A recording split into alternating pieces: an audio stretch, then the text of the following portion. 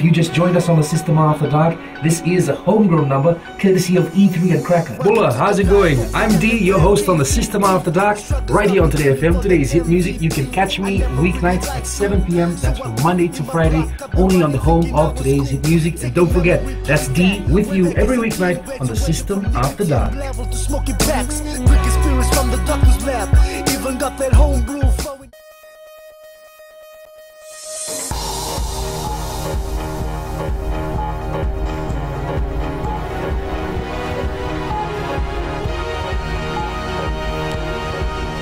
Good evening, this is FBC News. I'm Jackie Spate. In this bulletin, Raki community in mourning after the murder of a teenager. Biosecurity Authority terminates 3 staff members for transaction errors. And Water Authority asks Fijians to save water as prolonged dry spell looms.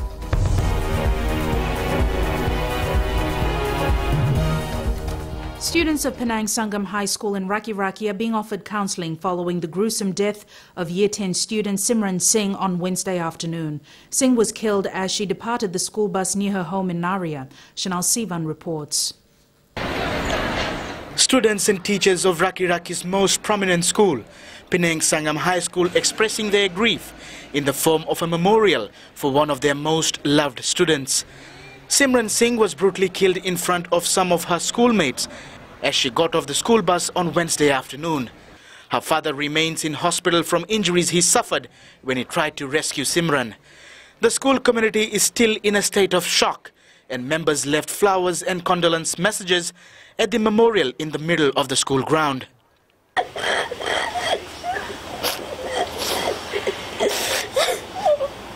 At Naria, family members and neighbors gathered at Simran's home, all of them stunned at her sudden death.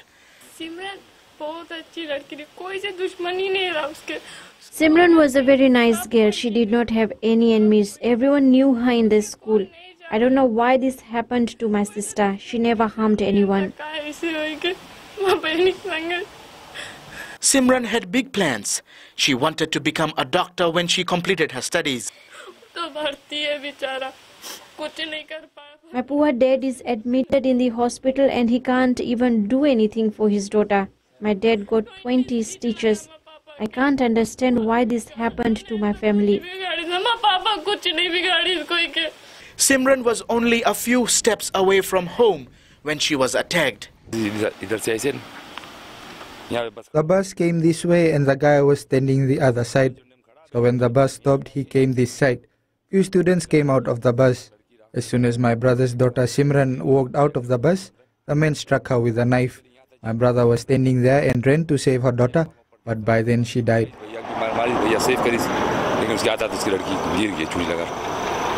Family members are awaiting word from the police about a post-mortem examination. They will then decide a date for Simran's funeral. At the same time, they are also praying for her father's recovery. Chanel Shivan, FBC News. A suspect was apprehended around midday yesterday. A 36-year-old cane cutter is in police custody and is most likely to appear in court either in a special sitting tomorrow or on Monday. The Lautoka High Court has ordered the Office of the Director of Prosecutions to deliver a report on the non-appearance of the 2 women charged with sedition. The court has also ordered that the DPP's office respond to their bail applications by the 15th of this month so ruling can be made. After their non-appearance on Monday, Andi Dhivu Talatoka Atama and Andi Wasima Ngoniwai were presented in the Lautoka High Court today. Defense lawyer Aman Ravindra Singh told the court that the DPP is still yet to give a reason why his clients were not brought to the court, despite assurances on Monday that the pair were on their way from Suva. Outside court, Singh confirmed that he's filed additional applications on behalf of his clients, arguing unlawful detention.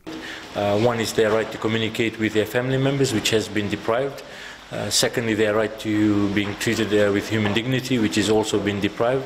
And the last one is to be confined or to be remanded in a prison away from a convicted population.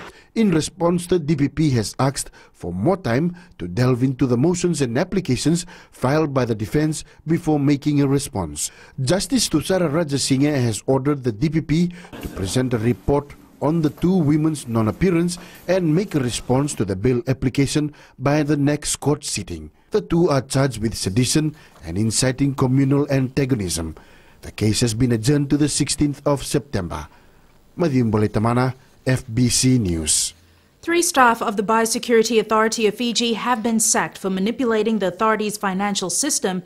An independent audit firm is now investigating. Executive Chairman Xavier Riaz Khan says the board appointed in 2013 identified that the breach had been ongoing issue since 2011. Khan says preliminary internal audit by BAF shows the loss of revenue of more than $150,000. Basically, there were invoices which were not posted or wrongly posted or wrong allocations of revenue receipted. So recently there were suspension issues, and you must have noted some comments made in media also in regards to BAF suspending services and leading to incorrect allocation debts paid by the debtors. The independent audit firm has 2 weeks to compile a report which will be handed to the Fiji Independent Commission Against Corruption. A new political leader for the Social Democratic Liberal Party is expected to be announced in June next year, effectively taking over from the current party leader Rotemu Mukepa.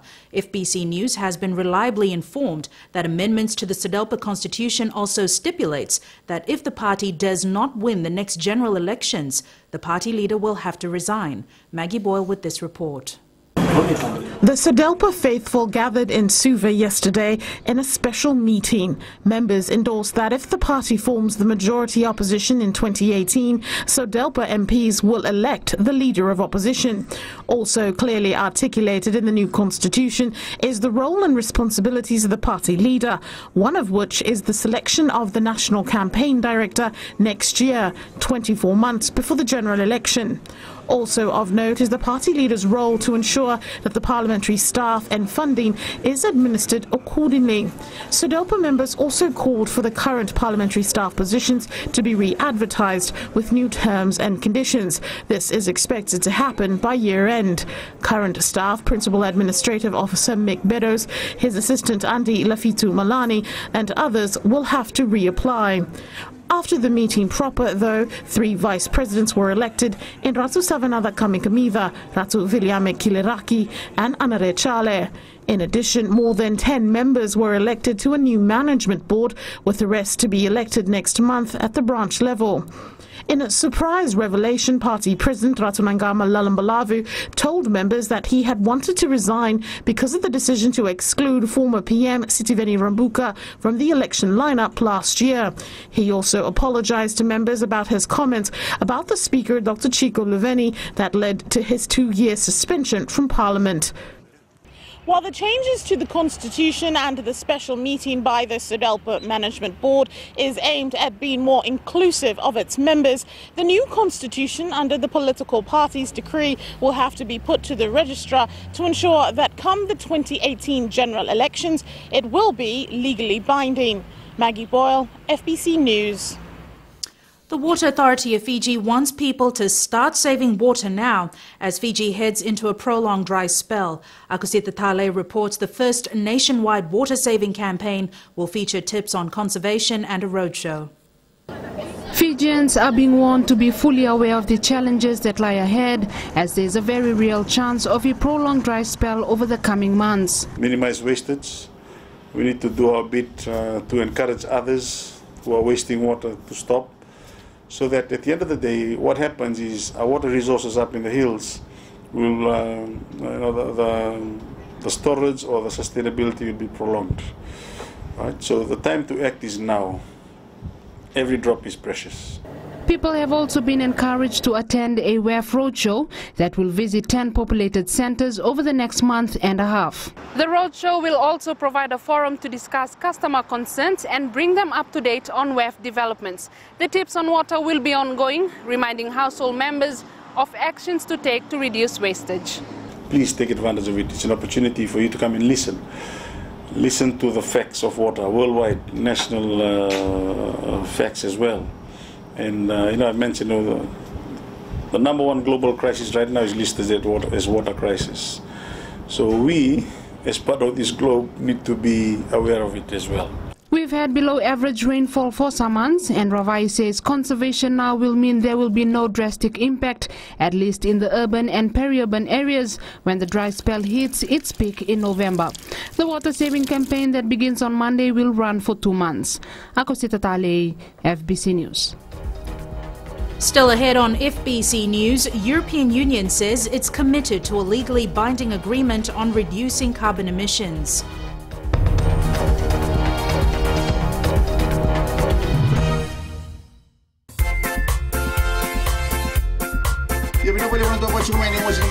FM number 2 na sir na ngona ni ndende manda kay Central Rental Support ka na rusun ko ito minichi me ba na koloko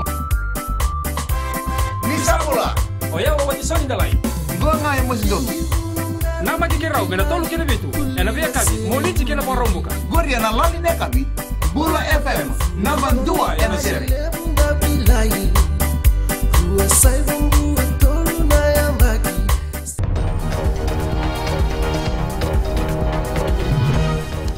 Statistics from the Ministry of Health reveal startling numbers for suicides, as well as the means used by people to take their own lives. Some say that loss of lives could have been avoided if we had strict laws against accessing harmful chemicals.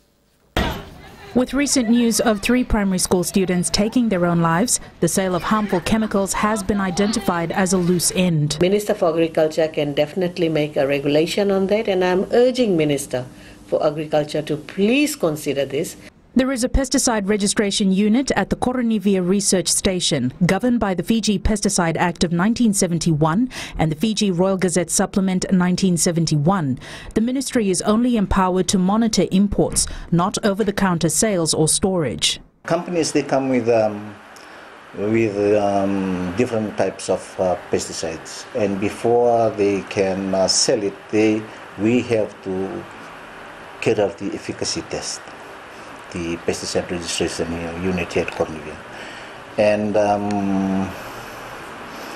the team usually goes out and carries out monitoring in supermarkets, outlets. The question now is whether there needs to be policies or laws to prohibit the sale of such hazardous chemicals to minors.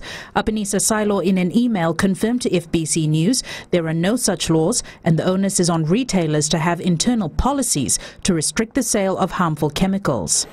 As of 2013, no new registrations are being issued for companies to import these products. Only those previously allowed into Fiji are still on the approved list. We have reviewed the pesticide decree in 2013, and it is still in the AG's office. Between 2000 to 2008, there were 831 suicides. Out of this, 182 people used hazardous chemicals to inflict self-harm. Parents and guardians are being urged to spend quality time with their children. The Fiji Police Force says cases of suicide involving children and young adults can be avoided through better communication and monitoring for any changes to behaviour. Ali Kimbia reports. Children face many forms of pressure in their homes, schools and neighborhoods on a daily basis. Assistant Commissioner of Police Operations Rusiati Tunrabu says it's important for parents and guardians to monitor the behavior of children or any unusual changes. And I'm pleading to you that it's more than just teaching, it's more than just that. It's more than just observing, it's trying to observe the norms of the children and the way they behave. That's where we should be focusing our attention to the children nowadays. Tunrabu says in the last 2 years, he has observed an increase in suicide and attempted suicide cases.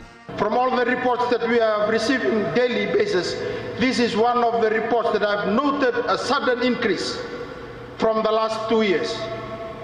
As of now, we are almost registering attempted suicide and suicide in almost every 1.5 days in our daily reports. Former Minister for Health Peter Naduba says conflict is one of the major causes of suicide amongst children. Even children among themselves have conflict. In a workplace there's conflict.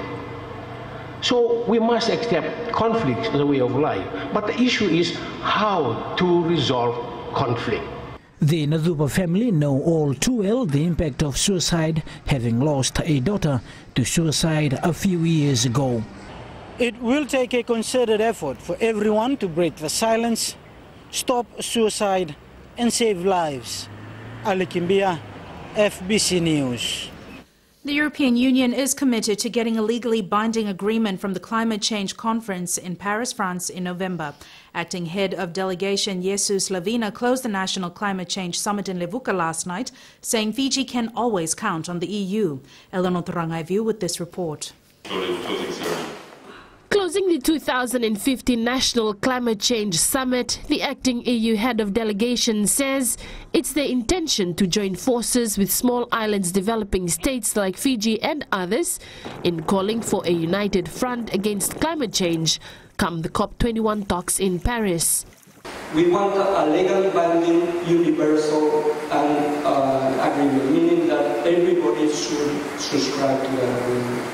We cannot afford any again, sorry, what happened a number of years ago, where only a few countries assumed responsibility and endorsed the agreement. Leading by example, the EU is the first of the largest global economies that has submitted its intended nationally determined contributions. The commitment from the European Union today before Paris is to reduce by at least 40% the greenhouse emissions in our countries. This is a lot. Jesus Lavina says currently in the EU, climate change and Paris is at the top of discussions, and Fiji can always count on the EU for support in international negotiations. Meanwhile, the summit concluded last night with stakeholders putting together a draft outcome document highlighting critical areas to work on, like increased dialogue and communications, strengthened alliances and preparedness, and increased awareness. The document will be finalized in 2 weeks' time before it is disbursed to all stakeholders. Eleanor Turangaiviu, FBC News. We turn to sports now with Charlie. Thank you, Jackie. Coming up in sports, the Flying Fijians receive a rousing welcome to the World Cup, and the Commonwealth Youth Games in Samoa draws to a close. All that and more after the break.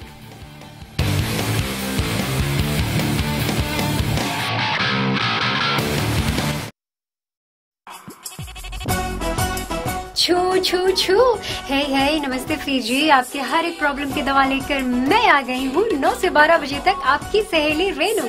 छू छू छू 40 में 20 का दिखना है। मैं हूँ ना आपके साथ में मिर्ची एफएम पर 9 से 12 बजे तक मंडे टू फ्राइडे। मिर्ची it's hot.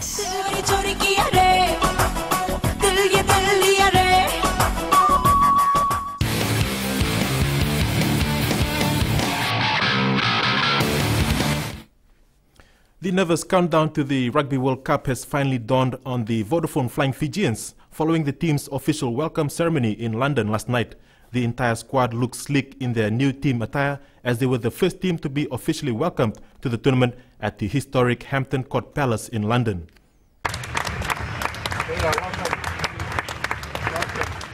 One could have been fooled to think this was a fashion runway by the trendy outfit worn by our rugby gladiators as they were officially welcomed at the Rugby World Cup.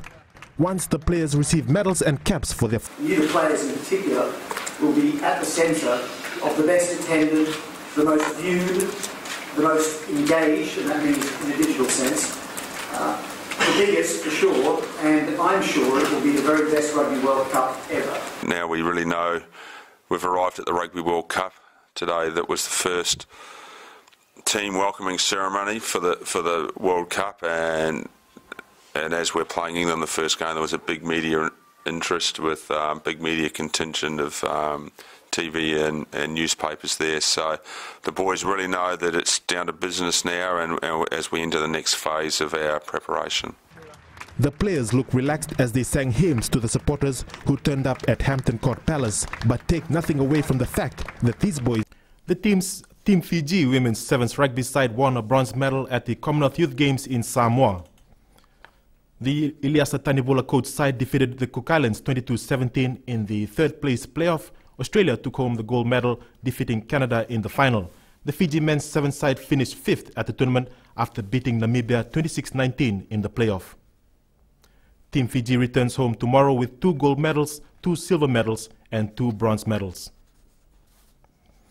Fiji Water has confirmed its partnership with the Fiji Association of Sports and National Olympic Committee for the next 4 years.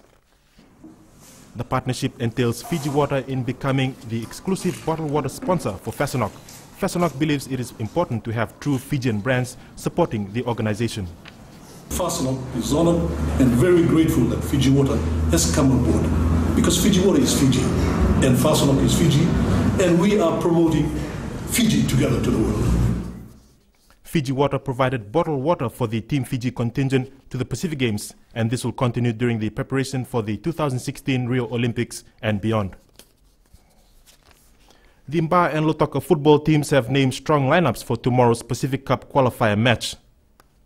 Suva, Nandi and Rewa have qualified for the tournament, and the neighbors will have to fight it out for the 4th berth.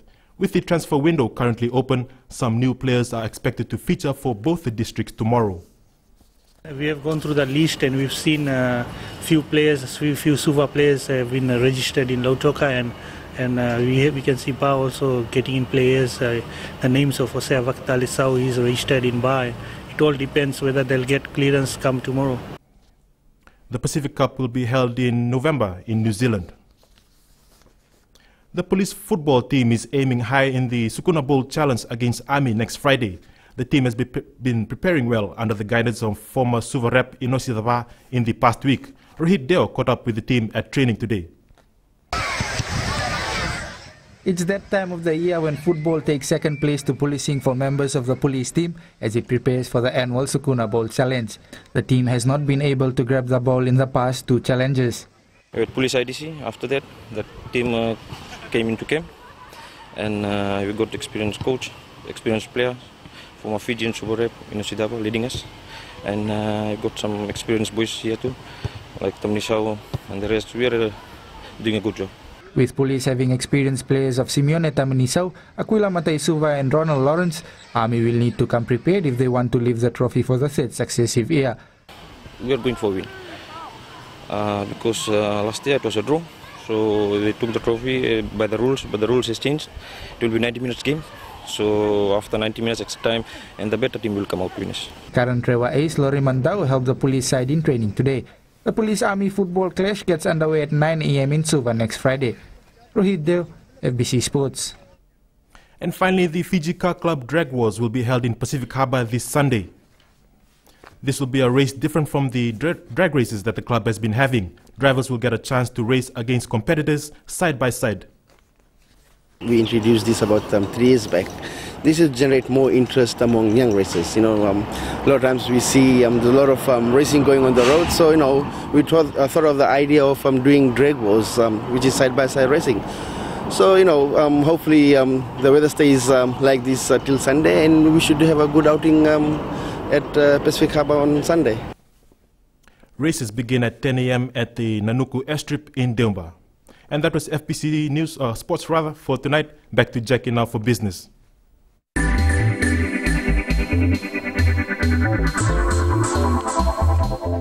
Environment Minister Parveen Kumar Bala says Fijians need to reduce independence of fossil fuels for our transport needs.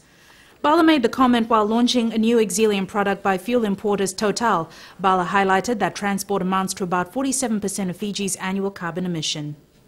The need to reduce transport sector's dependence on imported fossil fuel, and the need to develop and demonstrate alternative fuel sources for land transport.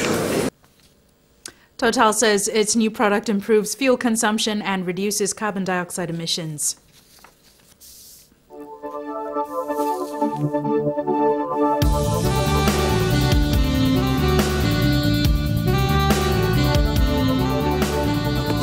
Mainly fine weather was experienced over most parts of the country today. A high-pressure system to the far southeast of Fiji directs a cool east to southeast wind flow over most southwest Pacific Island countries. Looking at temperatures, it was a good day to be out in the sun. All major centres recording warm temperatures. Lambasa high of 31 degrees. Apart from cloudy conditions and afternoon showers in Suva and Savusavu tomorrow, all other centres should see more fine weather. The outlook for Sunday, fine apart from brief showers over the eastern parts and interior of the larger islands, cool at night. Southeasterly winds 15 to 20 knots and up to 25 knots through the passages. Moderate seas rough through the passages. The main points again: Raki community in mourning after the murder of a teenager near her home. Biosecurity Authority of Fiji has sacked 3 staff employees for transactional errors worth over $900,000, and Agriculture Ministry says there are no regulations on the sale of harmful chemicals. Time for our poll question. This week we're asking: is enough being done to prevent suicides in the country? Visit our FBC website www.fbc.com.fj to take part. Remember, you can send us newsworthy pictures and videos on email citizenseyes@fbc.com.fj or share it with us via Facebook page FBC News. And if you're on Twitter, follow and tweet us your news tips at FBC_news or simply #FBC News. You've been watching FBC News. I'm Jackie Spate. Nimo the Manda.